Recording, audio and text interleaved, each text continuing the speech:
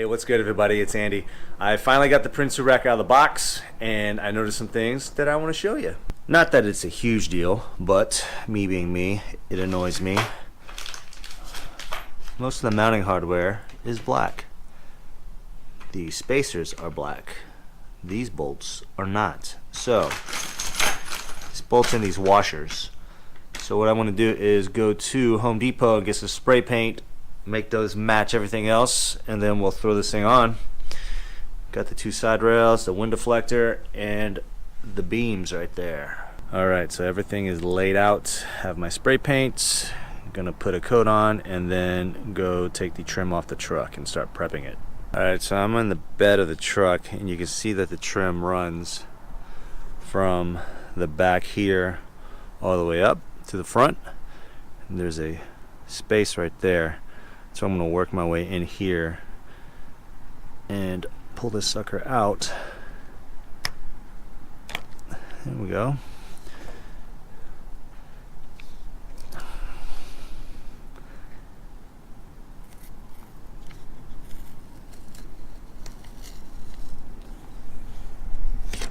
Okay, that came out pretty easy. So there's 3 spots on the roof where they have mounting points, and you'll notice that there's this sticker here, and if you push in you can see where the hole is for your screw. So I'm gonna clean these gutters out and then take something to probably grab a pick and poke a hole in there so I can install the rack. Alright, so there's one here and there's one here. I'm gonna take this, find the center, and push. Boom. That's it. See the spacer? That's where it goes. Well, the tape gives me a rough estimate of where I need to cut. I reinstall the trim, retape this again. I know exactly where to go because I plan on using this trim again to keep the water from running through. So it's time to cut down the trim. I don't really have a bandsaw or like a table saw, but I did find this. It's not the cleanest cut, but I can work with it. Use a saw because if you look, there is a metal strip in there, which just a regular handsaw would have taken forever. Power tools for the win. Alright, quick disclaimer. Power tool being used. I don't have a table saw, wish I did, but since I don't, it's all I got. I'm working with what I got. I'm trying to secure the trim as much as I can with my body weight. Trying to be as safe as I can with the safety glasses. If you have a way of securing yours down, or if you have a table saw, I suggest you use it. Make it as safe as possible. Be careful. Alright, look at that. Not far off. So next I'm going to take the spacers.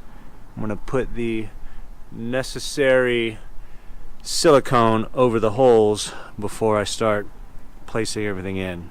Alright, game plan time. I'm going to take the side rails and lay them on top of the truck, and then take all the spacers with the bolts and washers that I painted and start laying in the silicone and place everything but not completely tighten it down. Alright, slight change of plans in the steps of install. So I just noticed that these are variable width, so I don't want to install these on there just yet without the crossbars because I don't want to place them too wide and then not have it fit. So I'm going to put the crossbars on there first and then put this on top before we secure it to the truck. Alright, so I have the rack assembled. I'm going to leave it there for now. I'm going to try to place those spacers with the silicone first and then lay that on top and get the bolts through. Now it's time to put the spacers in before I lay the rack on top of it.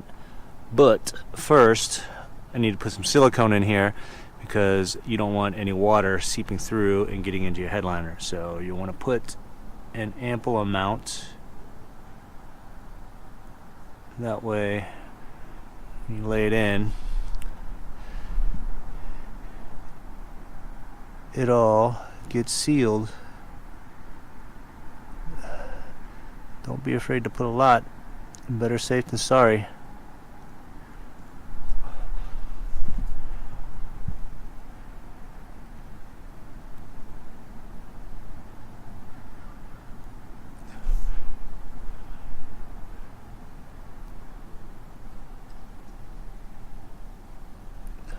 Alright, got the rack on top of the truck now. Spacers, bolts, washers. Time to lock it all in. Alright, so while the silicone's curing, I'm going to go ahead and put this wind deflector together and then put that on. Alright, so the wind deflector goes onto the cross beam, which is under here, with these bolts. There's a lock washer, regular washer, and then these plate backs that secure it to the beam. Use the pick so I can get in here and line up this plate back so it's easier to secure the bolt when it's time to put it in. Alright, the rack is pretty much done. I'm going to go back in and add a little bit more silicone next to the spacers just for insurance, because nobody wants to deal with a wet headliner. Alright guys, that's the install. It took me a couple hours. I actually took my time. I didn't want to rush into it and accidentally tighten everything down and then have to rearrange it because it wasn't the right fit. The things that took the longest were obviously cutting the trim and waiting for the silicone to dry. I'm actually going to go back in and add a little bit more silicone into it because want a little extra insurance, don't want to deal with a wet headliner because that would be a pain in the ass. And overall, I think it's a pretty cool rack. I like the fit, I like the look, I like how strong it is. I can add things to it, I can change the position of the beams. There's a lot of flexibility in it. What I don't like was the paint. You can see in a few spots, even from tightening down just a little bit, moving it, and then retightening in a different position, you can see the paint started coming off. You would imagine that something built for overlanding and heavy use like that would be a little bit more durable, but that paint is not, at least on the side rail. So we'll see in time with usage how that holds up. I'm excited to use it. Be using it pretty soon to cover mountain bike racing for the Kodiak Tough Southern Enduro Tour and taking the kids out camping. All right, thanks for watching, guys. Bye.